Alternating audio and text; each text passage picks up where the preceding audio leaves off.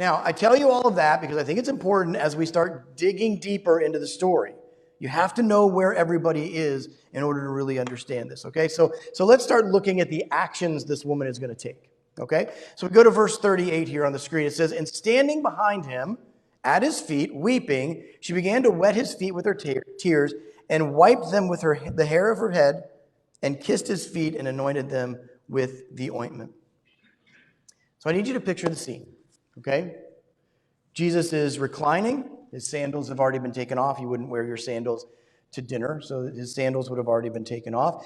And his head would have been pointing towards the table, and his feet would have been out towards the wall, towards the unclean, discarded people, right?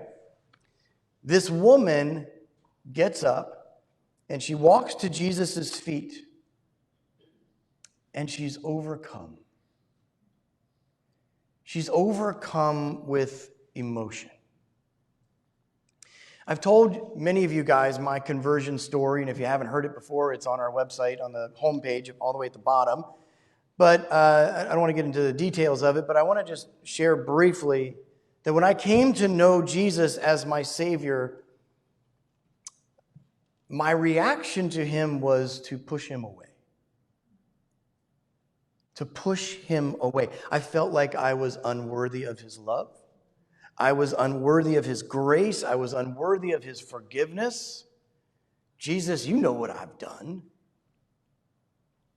So I literally tried to push him away. I felt a spiritual embrace. I'm not even kidding. I felt a spiritual embrace from God himself. And I was trying to push him away because I was disgusted with myself of who I was.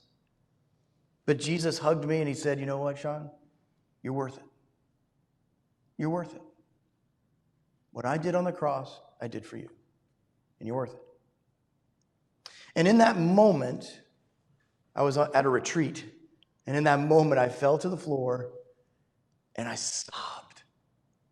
I sobbed, my head in my hands, and I just sobbed. I mean, it must have been a bucket of water, a bucket of tears that I sobbed. I couldn't believe that the creator of the universe would love me like that, would die for me like that. This woman comes to Jesus' feet and she's overcome. Jesus doesn't have to audibly say anything. He doesn't have to physically turn and see her. I believe, like me, he was having a spiritual interaction with this woman, and she was able to sense his love, his peace, and his forgiveness. And she sobbed. Just sat and sobbed. You know, when you bring the heaviness of your sin to Jesus, and you assume that there's no way that Jesus could possibly love you or even look at you, but then you feel that spiritual embrace of love and peace, guys, there's nothing like it. There's nothing like it in the world. It's overwhelming, and it's what I felt like when I gave my life to Christ. And look, that's my story. It's not yours. We're not competing here, okay? That's my story. But that's the way I felt when I gave my life to Christ. And I believe that's the way this woman is feeling right now. Sobbing at the feet of Jesus.